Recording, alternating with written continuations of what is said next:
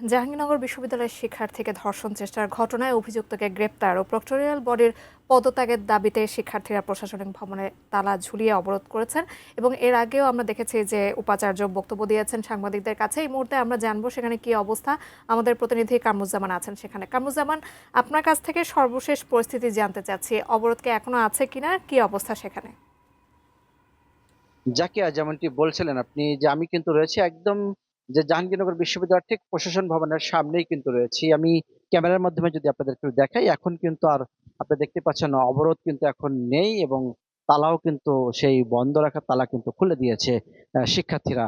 এবং এখানে কিন্তু আমরা দেখেছি যে সন্ধ্যা 6টার সময় কিন্তু এখানে ভিসি উপাচার্য এবং শিক্ষার্থীদের সাথে কিন্তু কথা হয়েছে। সে উপাচার্যর পক্ষ থেকে, প্রশাসনের পক্ষ থেকে বলা হয়েছিল যে 7 দিনের জন্য সময় দেয়। 7 দিনের মধ্যে যে আসামি তাকে কিন্তু গ্রেপ্তার করে তারা কিন্তু সক্ষম হবে বলে আশ্বাস দিয়েছিল। কিন্তু শিক্ষার্থীরা তারা আলোচনা সাপেক্ষে তারা কিন্তু বলেছে যে না, 3 দিনের সময় কিন্তু বেঁধে দিয়েছে। এই 3 দিনের মধ্যে যদি আসামি গ্রেপ্তার না হয়, তারা কিন্তু লাগাতার আন্দোলনে কিন্তু যাবে বলে জানিয়েছে। তবে এর আগে শুনেন যে সারাদিনই কিন্তু আজকে সকাল 10টা থেকে কিন্তু লাগাতার কিন্তু এই আন্দোলন ছিল, এবং এই ভিসি ভবনের, প্রশাসন ভবনের রেজিস্ট্রারের যে সমস্ত কর্মচারী কর্মকর্তা তারা কিন্তু প্রত্যেকে এখানে কিন্তু অবরুদ্ধ ছিল। এবং জানেন যে আলোচনার পরেই কিন্তু এই অবরোধ কিন্তু খুলে দিয়েছে এই তালা।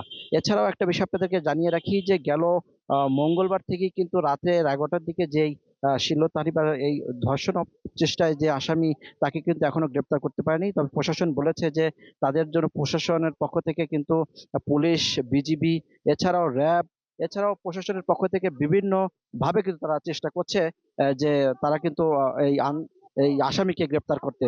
তবে আমরা একটু যদি কথা বলতে চাই, এই আন্দোলনরত যে শিক্ষার্থী একজনের সাথে কথা বলবো একটু, যে আসলে কি কি সিদ্ধান্ত দিয়েছে আজকে, যদি একটু জানাতেন। আর আপনাদের আজকে কর্মসূচি, শেষের কর্মসূচি।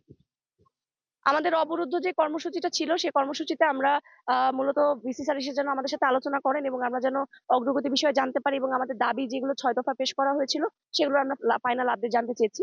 তো ভিসি স্যার এসেছেন অনেক ঘন্টা পরে, এবং আসার পর তারপর আমরা তার সাথে আলোচনা করেছি যে আসলে আমাদের যে 6 দফা দাবি, এই দাবি যে সর্বশেষ 4টা দাবি আমরা মেয়েরা আলোচনা করে সিদ্ধান্ত নিয়েছি যে পিসি স্যার অনেক কিছু বলার ছিল, আমরা এটা শুনে তারপর আমরা নিজেরা বসে আলোচনা করে সিদ্ধান্ত নিয়েছি যে আমাদের পরবর্তী যে 4টা দাবি, সর্বশেষ 4টা দাবি, সেগুলো আসলে সময় সাপেক্ষ বিষয়, ওগুলো নিয়ে আমরা আলোচনা করব। কিন্তু মূলত যে প্রথম 2টা দাবি সেগুলো খুবই টাইম সেন্সিটিভ দাবি। তো এই দাবিগুলোকে আমরা আহ এমন ভাবে, মানে আমরা সর্বশেষ যেটা ছোট করে বলি, আমাদের প্রথম 2টা দাবি হচ্ছে এখন যে 72 ঘন্টার মধ্যে আমাদের যে অপরাধী তাকে অন্তত শনাক্তকরণ করতে হবে, যেন আমরা ক্যাম্পাসে শিক্ষার্থীরা আশ্বাস নিয়ে বের হয়ে যেতে পারি ক্যাম্পাস থেকে ছুটির জন্য, যে অপরাধীকে ধরা হবে। এবং দ্বিতীয়ত হচ্ছে যে তদন্ত কমিটি গঠন করা হয়েছে, তার রিপোর্ট আমরা, ফাইনাল রিপোর্ট 72 ঘন্টার মধ্যে চেয়েছি।